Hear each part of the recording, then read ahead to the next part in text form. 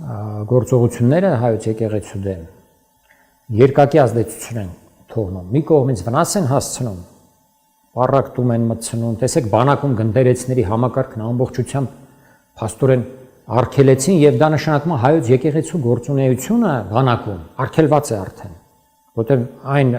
համակարգը, որ իրենք են առաջարկում եւ մտցնում բանակ, դա ոչ թե Հայաստանի հայոց եկեղեցու սպասավորն է այնտեղ լինելու, այլ իրենց նշանակած ինչ-որ մեկը, որի անունը լինելու է հոգևորը, այդ հոգևորականը կարող է ավետարանչական լինել, կարող է, չգիտեմ, Եհովայի վկա լինել, կյանքի խոսքից լինել, չգիտեմ, ով լինել եւ նա ենթարկվելու է բանակի հրամանատարությանը, ոչ թե ունենալու է երկակի ենթակայություն եւ հայոց եկեղեցուն եւ բանակին եւ դրանով իսկ իր անկախությունն է ունենալու բանակում, որի շնորհիվ էլ այդ գնդերեցների համակարգը շատ գնահատվում էր զինվորների կողմից։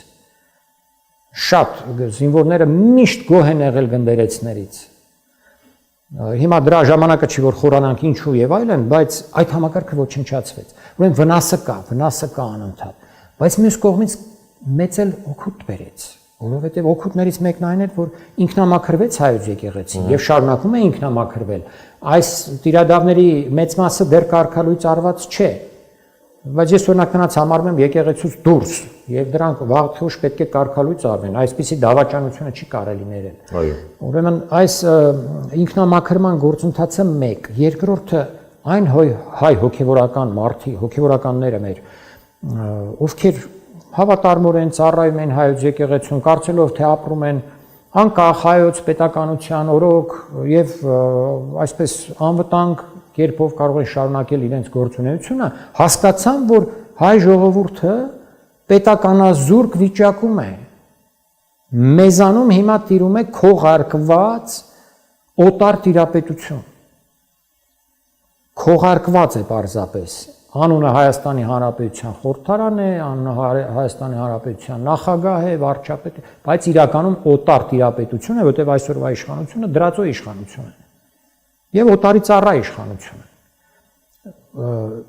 Իսկ հոգևորականները մեր զգացին, տեսան, իրենց մաշկի վրա էլ զգացին, որ իրենք փաստորեն մնացել են այն վերջին պատնեշը, որը հաղթարելուց հետո հայկական ինքնության ոչնչացումը շատ ավելի հեշտանալու է։ Եվ նրանք իրենց այդ կոչումը ներսից զգացին, իրենք զգացին, որ իրենք մարտիկ են իրականում։ Եվ այդ մարտիկի կարգավիճակի մեջ են այսօր գտնվում։ Նրանց ոչ ոք չի կարող հաղթել։ Ոչ Փաշինյանը, ոչ Ալեն Սիմոնյանը, ոչ, չգիտեմ, ԱԱՑ, ոստիկանություն, Ալիև, Էրդողան, ոչ ոք չի կարող նրանց այլևս հաղթել։ Սա է եկեղեցու ուժը, սա է իսկական հոգևորականության ուժը։ Եվ դա մեզ պետք է ոգևորի եւ հույս տա։ Հուսադրող է այս ամեն ինչը նաեւ։